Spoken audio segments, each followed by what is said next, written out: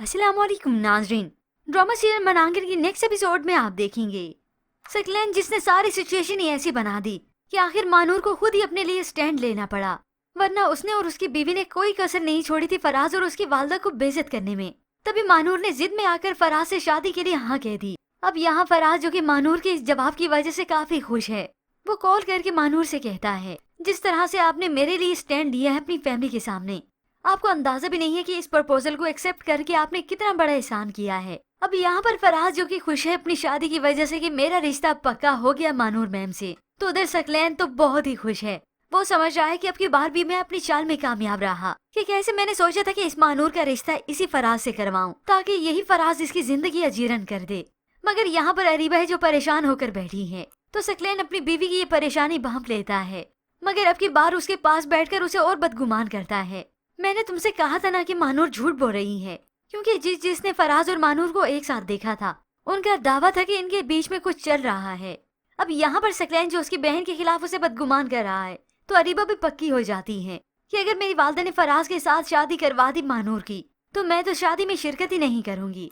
मगर ये सकलैन ही होगा जो उसे कायल करेगा, क्योंकि ये सकलैन अब मानूर की अपनी आंखों से बर्बादी जो देखना चाहता है। इस शादी में सबसे ज्यादा खुशी वही है, जबकि दूसरी जानिब मानूर इस रिश्ते को लेकर काफी परेशान बैठी है कि सकलैन भाई की जिद में आकर मैंने रिश्ते से हाँ तो कर दी, क्या ये रिश्ता मेरे लिए ठीक होगा। और वहाँ फराज है जो ऑफिस जाते ही अपने बॉस से बात कर लेता है कि मानूर मैम ने मेरा प्रपोजल एक्सेप्ट कर लिया है, अब जो जो उनके खिलाफ बात करेगा उनसे मैं खुद ही निपट लूंगा। यूं ही बिल आखिर फराज और मानूर की मंगनी हो जाती है। हैरत की बात है यहाँ पर फराज की फैमिली आई नहीं, क्योंकि आगे चल के ड्रामे में ट्विस्ट जो दिखाना था, रमशा और माहिर को एक दूसरे को देखकर हैरान जो करना था। खैर अब यूं ही मानूर की मंगनी भी हो जाती है, शादी की तैयारी भी शुरू होने लगी। मगर यहाँ पर फराज की वालदा जो कि खुश नजर बज़ाहिर तो आती हैं, मगर खुश होती नहीं।